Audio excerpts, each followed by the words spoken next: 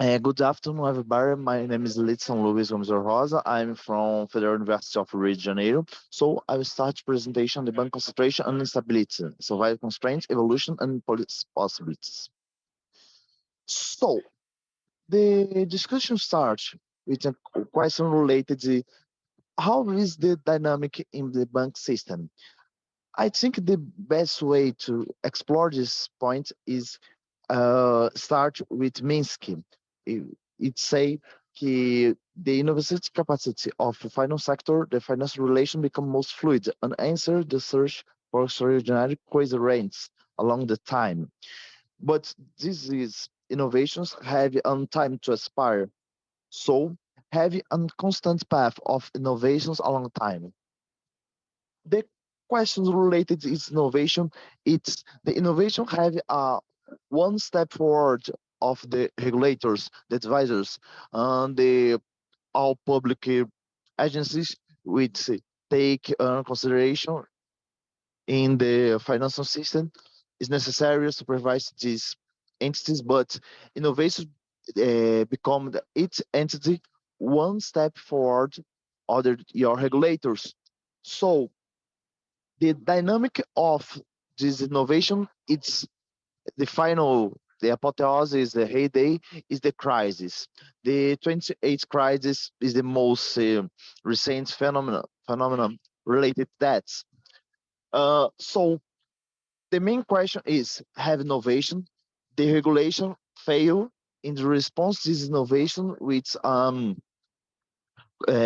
great ideas, great and efficient response. So how are the limits of the traditional regulation instruments? This is the main reflection here. The objective of the present work, it's analyze and reflect about these instruments and the some nature of the regulations and the banks and the other financial entities. So we start with survival constraint and evolution. The main topic in this is okay.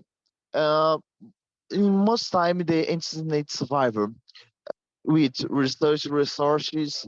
In this case, the economic units need capital accumulation. In the most general terms, needs liquidity, needs money, needs credits, not treasured research, but it needs liquidity in the most pure state. Become heavy constraints survival related with the borrower, the lenders. So the liquidity is the main topic here. So the question is, the some units can avoid the liquidity restriction, but the most question become the main question is the liquidity necessity with the credits. You can firms avoid with the cushions like Ray say they expect related.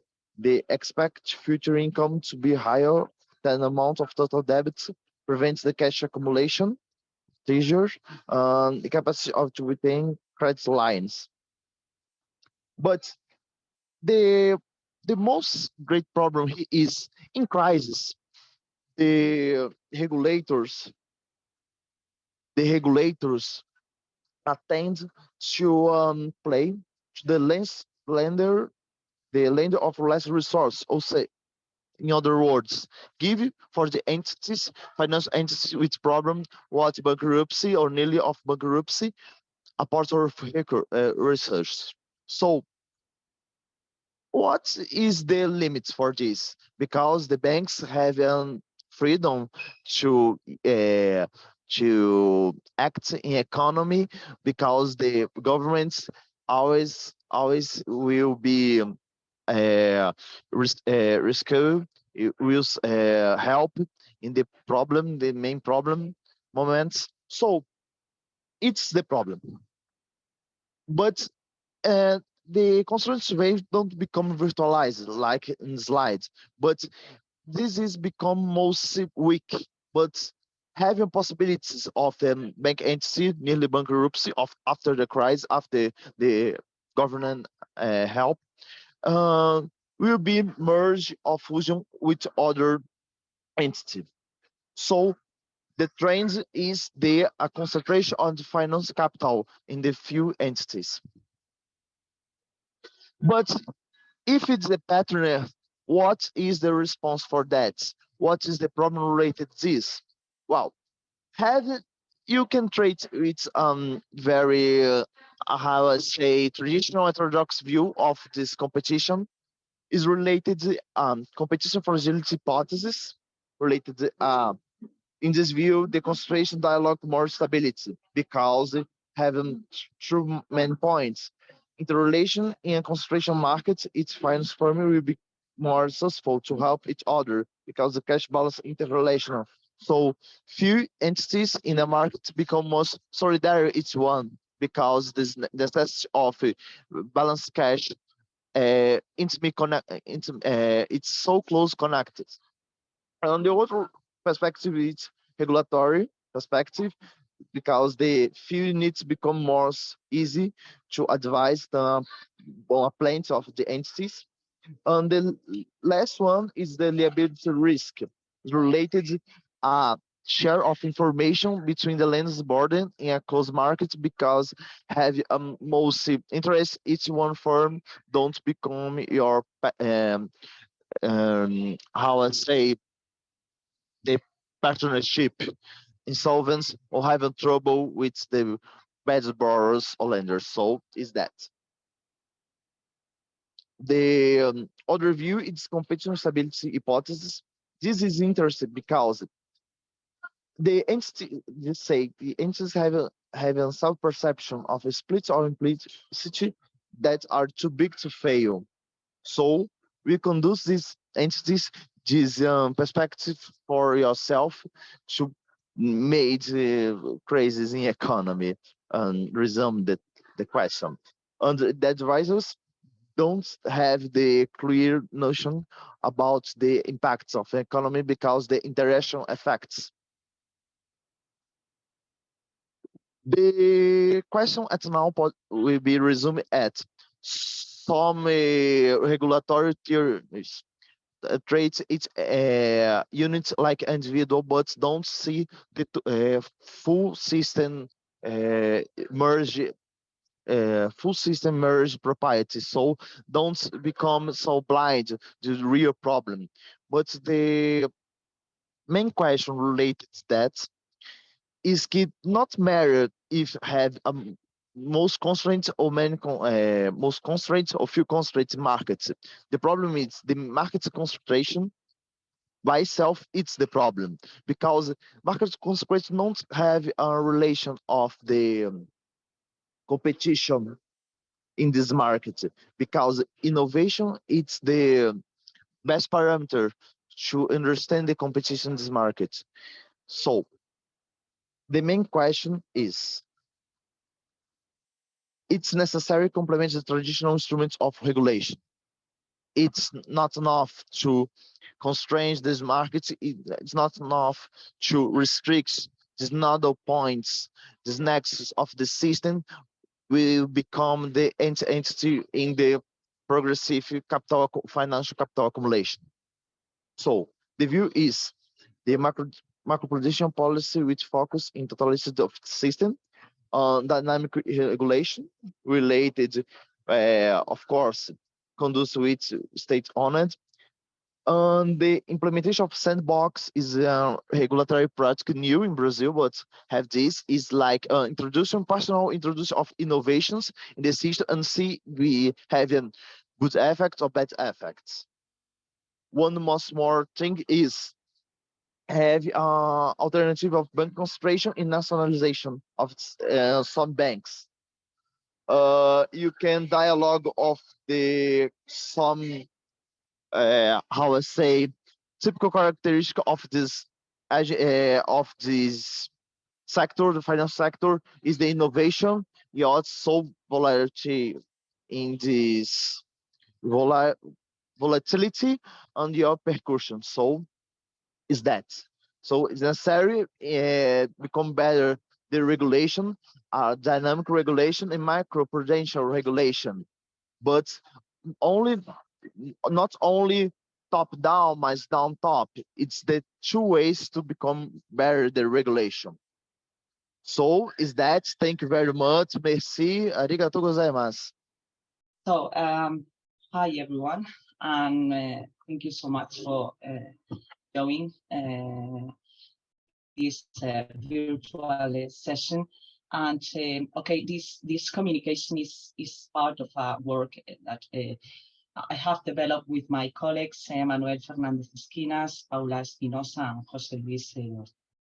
So I have a cold, so I hope you to understand what I am saying during my presentation. Okay, so the title, it has to do with, the analytical structure of economic sociology. And our question is European economic sociology different? An exploration based on a systematic review of the literature. So what is our goal? So we try to analyze the conceptual structure, conceptual map of the field of economic sociology in Europe and in comparison with other areas. So for methodological reasons, we reduce these areas to Europe versus US and other regions. Okay, so it's beyond the aims of this communication, explore other regions in the world, other areas. So we have conducted an extensive bibliometric research of the literature published in the Web of Science from the beginning of the Web of Science until 2021. And our aim, I repeat, is to try to identify different, traditions in the US versus Europe and other regions in relation to keywords, key concepts, and also patterns of authors' co-citations. So in this communication is 10 minutes, I will talk about the main elements of the conceptual background of this communication, the methodology, the main results, and the main conclusions. So regarding the conceptual background, so our departing point was this question that you can read in the slide. There exists an internal conceptual structure of economic sociology. Can we talk about a coherent and homogeneous conceptual structure of economic sociology? So first of all, I think that we all were witness of the extraordinary expansion of the economic sociology in the last 10, 20 years in the form of doctoral research projects, article publishes, specialized journals, and so on. So we can talk about a progressive institutionalization of the field. But economic sociology does not have a big narrative, a grand narrative. I mean, there is an absence of an, sorry for the error, an homogeneous theoretical framework. But instead, we can find a very interesting and useful constellations of concepts. The concept of embedness is a good example. Agensemon is a good example, and so on. A long list of interesting constellation of concepts, theoretical traditions that are developed by different theoretical traditions and different methodological approaches. So we found that could be interesting to find a conceptual background to analyze our data, okay? And we use the scheme proposed by Alejandro Portes in order to analyze our data. And also we use this proposal in order to see if our main results could be analyzed using the proposal made by Portes. As you know, Portes, in his book of called Economic Sociology, he differentiates among method-theoretical principles, I mean, the big assumptions of the of economic sociology, explanatory mechanisms such as social capital, social class, institutions, and so on, and strategic sites, for instance, markets, firms, and so on. So let's see if we can apply this scheme to analyze our data. So, sorry, okay.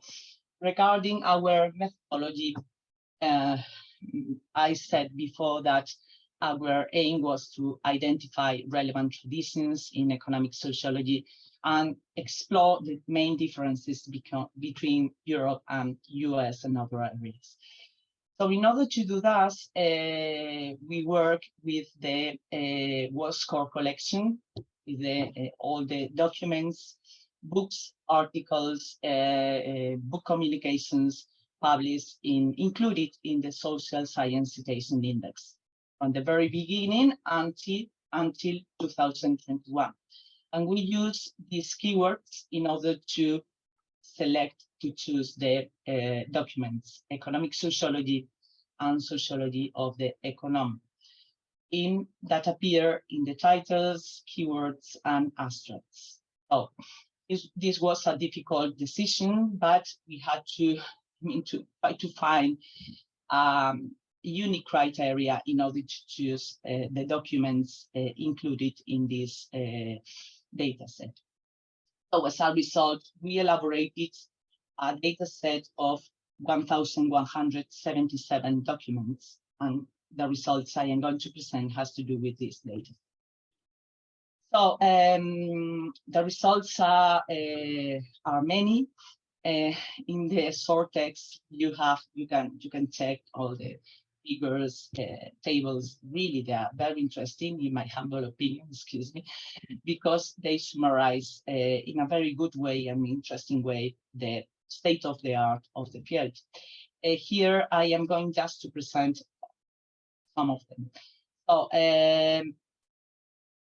the first point that it is evident, obvious, is the growing trend in the number of publications from the 50s of the last century until nowadays that use the keywords of economic sociology. Most of the publications were grouped into three main subjects: one, sociology; second, business economics; and third, government law. Above all, this category is important in the US. And according to the journals, we can find that these documents are above all published in three different types of journals. First, some of them are specific to the specialty. For instance, Journal of Socio-Economic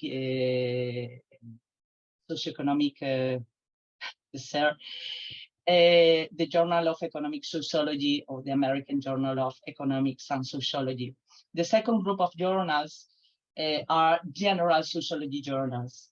Here you have some of the titles. And the third group is formed by those specific journals of management and business. In the table, you have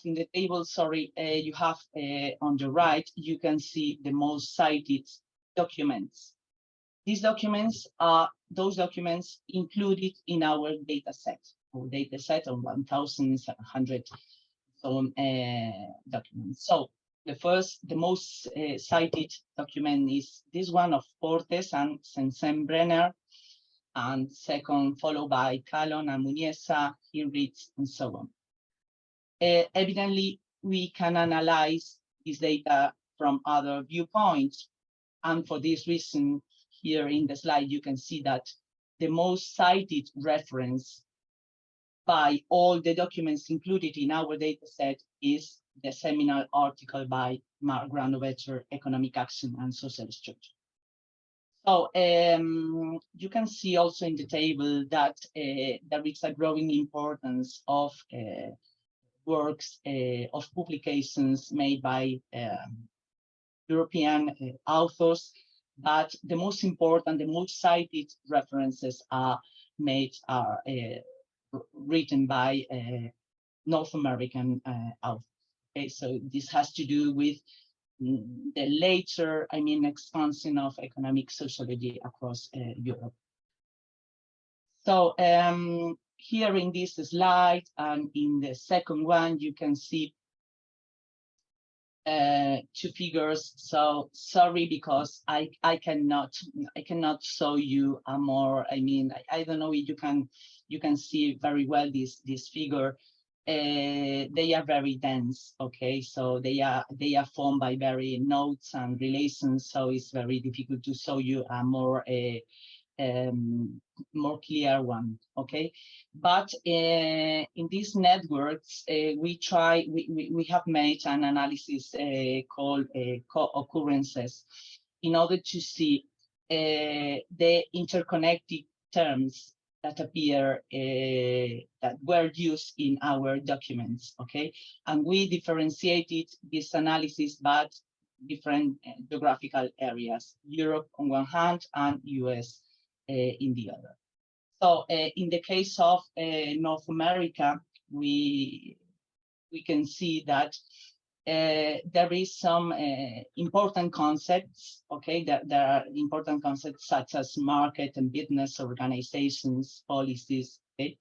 And in the case of Europe, as you will see, you will find a similar networks, but a more distributed network, okay?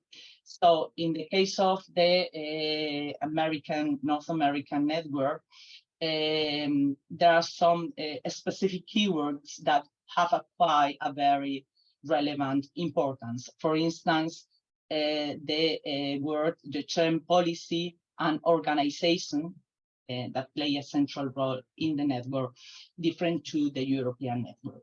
Okay, so this at the same time, these nodes are linked with others such as globalization, inequality, and so on. Okay, so the component that has to do with globalization, income inequality, and policy is more relevant in the North American network in comparison to the European network. In the case of the European network, again, the concept of market and business have a very relevant position, very relevant centrality, but the structure is slightly different. Okay, it's more distributed, this network. So it's more concentrated around these big nodes, but more distributed in comparison to the other one. So this, I will summarize the main ideas related to this comparison. Okay. So other type of analysis we have conducted in this work has to do with the co-citation analysis. So we have conducted a co-citation analysis in order to identify relevant traditions in the field of economic sociology, okay? So in our resulting network, we also have applied a cluster analysis in order to see we could elaborate a classification of authors, okay, according to the different traditions, geographical regions.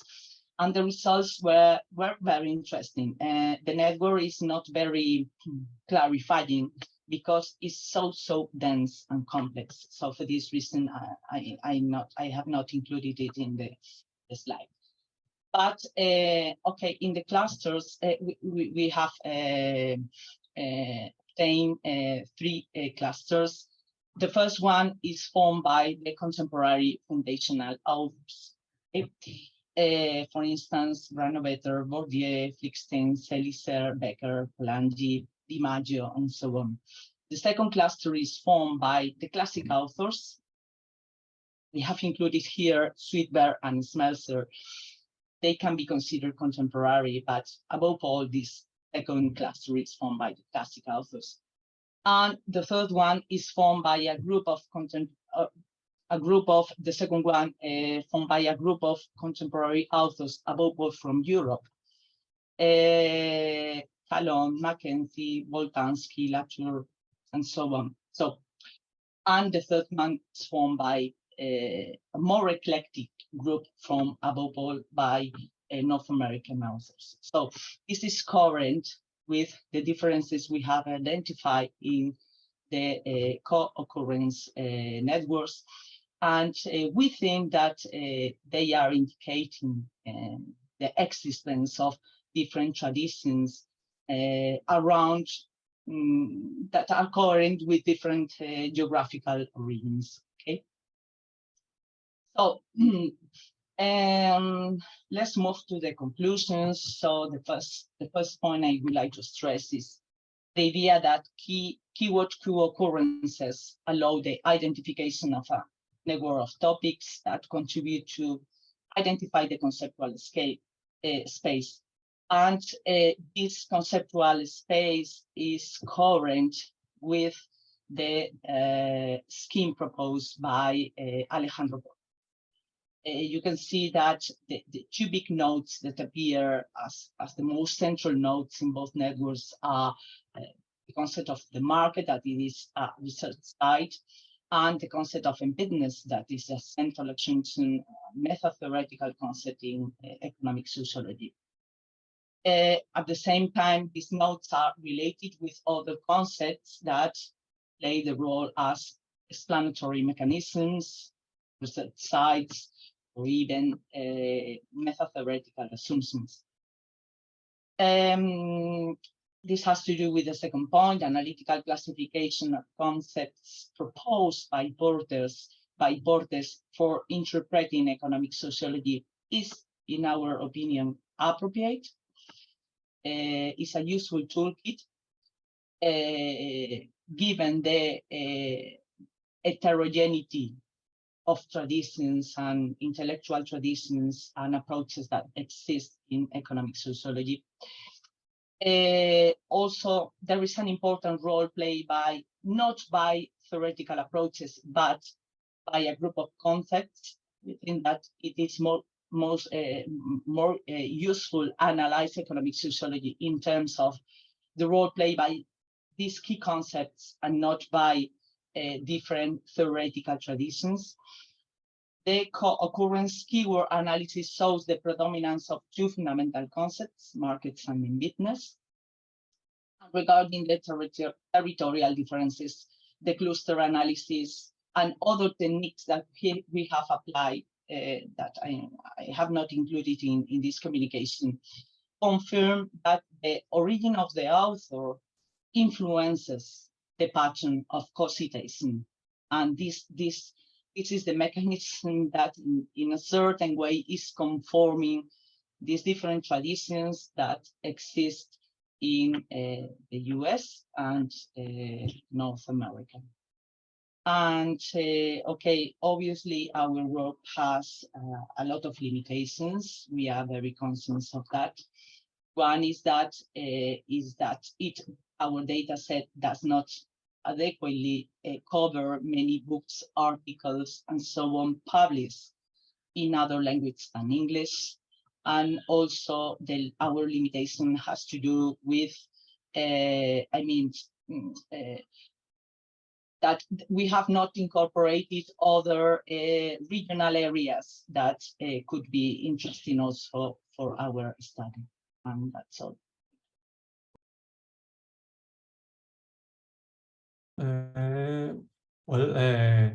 Hi to everyone. Well, this is a part of my PhD thesis. It's a work in progress. The aim of the work is to analyze the trajectories of business groups in 21st century Argentina and trying to understand their strategies and the business state nexus. Trying to respond why business groups emerge, grow, fail, or transform themselves.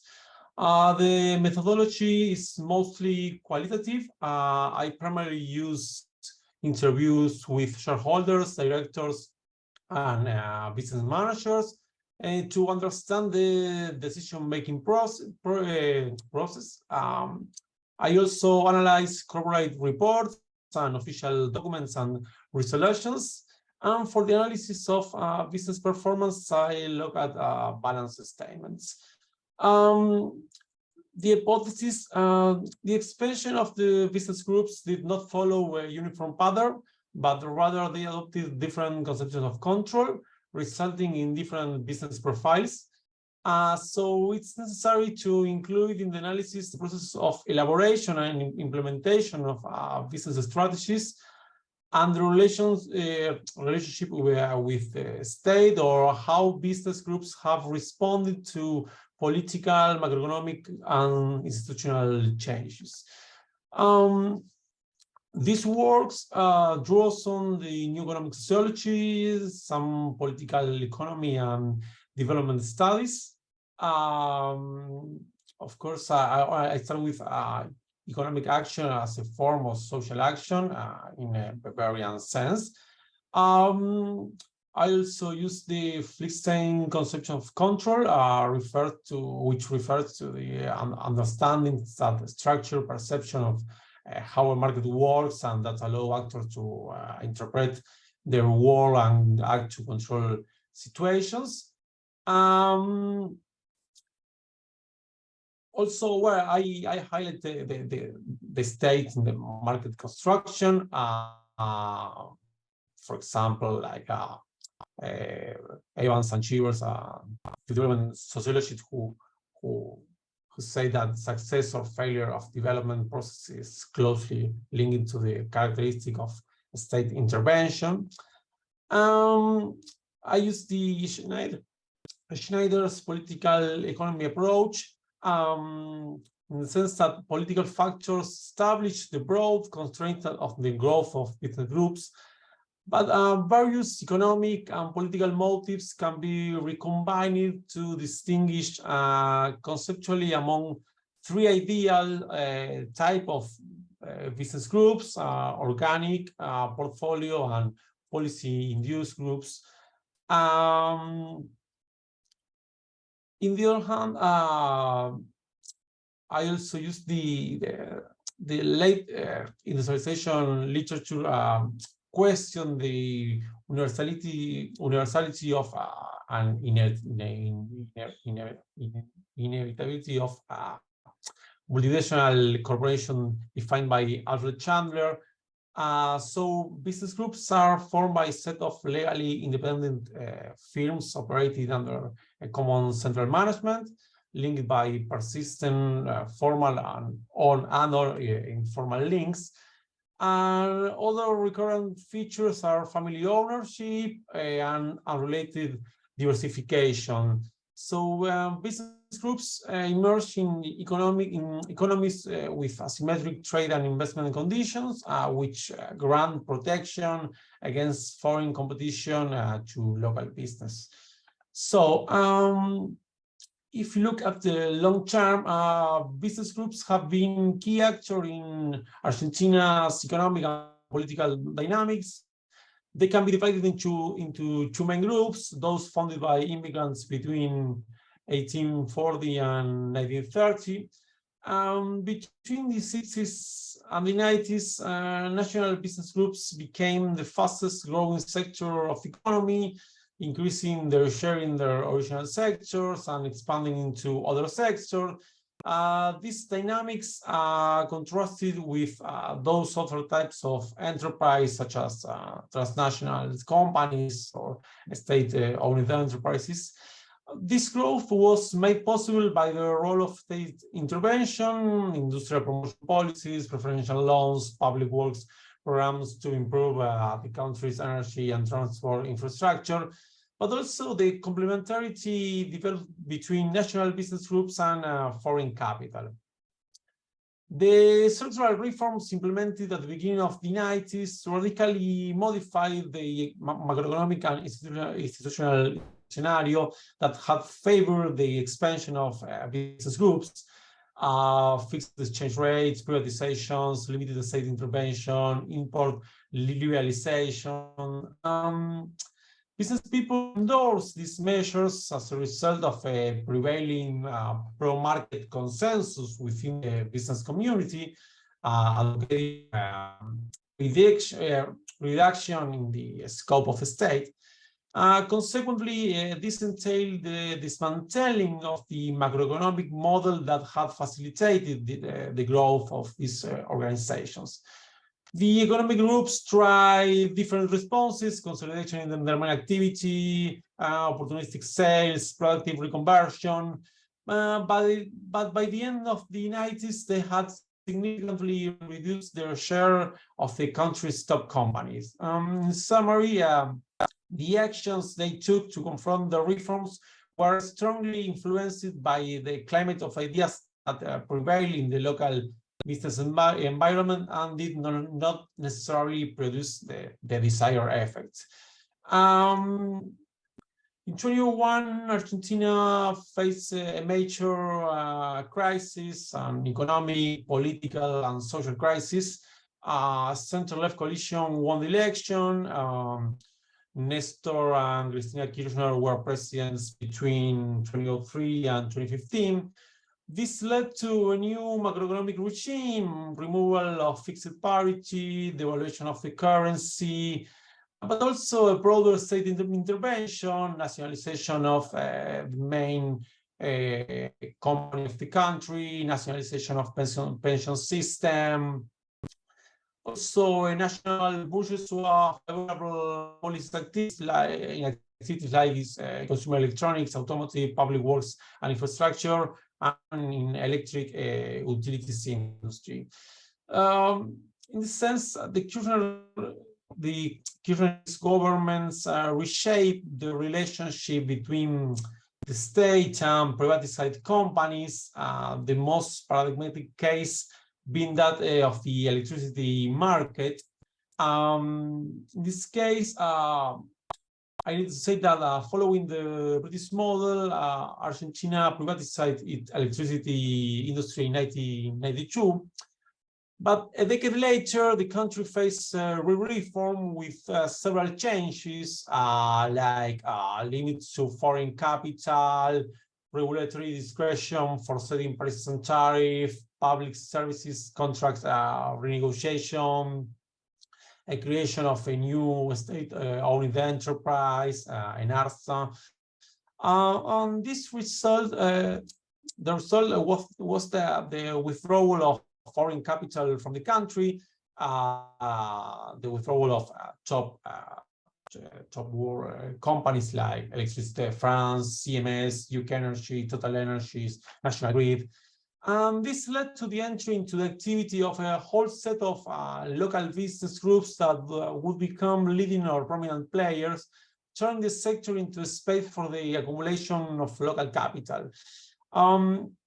The manager of these groups shared a common economic and political view. Firstly, a sector in need of investment to meet the growing demand for energy resulting from the economic recovery, and a new horizon of solution or normalization of price tariff. On the other hand, the new business groups in this sector, or these managers and directors, detected a political will on the government's side favorable to the access of national capital, marked by persistent criticisms of the role played by foreign companies after privatization. However, this growth of local groups will be highly diverse. The way in which these strategies are implemented is closely related both to the links with the energy regulatory framework in place and the orientation of state intervention, as well as to the conception of control developed by the manager of these groups, which support the strategies implemented. So, in this typology of business groups, we have three types of groups: portfolio, organic, and policy-induced group. Two first groups, Pampa Energía and Sadesa, initially a strategy was to buy undervalue and distressed companies using their executive connection and networks in the financial community for debt renegotiation. In the beginning, they operated as private equity funds, then they became public companies. Here it's important to point out the finance management background of these directors. Geneia and Albanese developed a strategy of vertical integration between their natural gas transportation and distribution businesses. These two groups developed a strategy of vertical integration between their natural gas transportation and distribution businesses, and the installation of new thermal capacity. This greenfield investment were possible as a result of production support program contracts, which offered better prices than the spot price. And finally, Electric used its political contacts and connection with officials in the Ministry of Production to acquire companies like Tristan, the leading public company in high voltage electricity transmission, and to win energy infrastructure projects like electrical grid expansion and dam construction. So if you look, the ownership structure of installed power capacity shows the market share increase for business groups. Analogous pictures we have in the, if you look at the ownership structure of electricity distribution companies. But if you look at the performance of this group, here I use the return on equity measure to study corporations' profitability.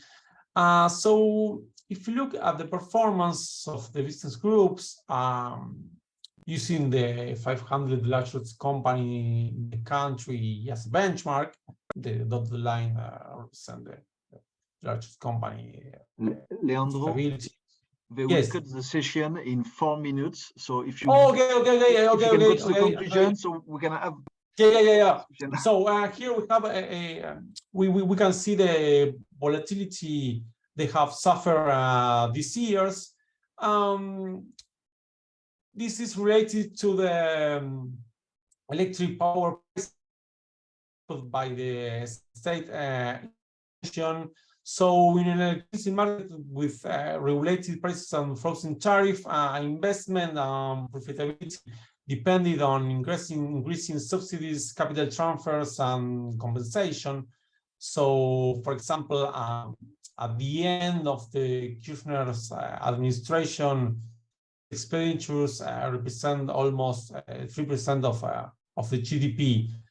So, in summary, business groups have been key actors in the explanation of Argentina's development pattern until the 90s. The strategies they have adopted during the neoliberal period have led to their disappearance or the loss of their weight in the Argentinian economic structure. But after a decade of neoliberalism, a central-left coalition won the election. This led to a new macroeconomic regime, broader state intervention, and a reshaping the relation between state and privatized companies.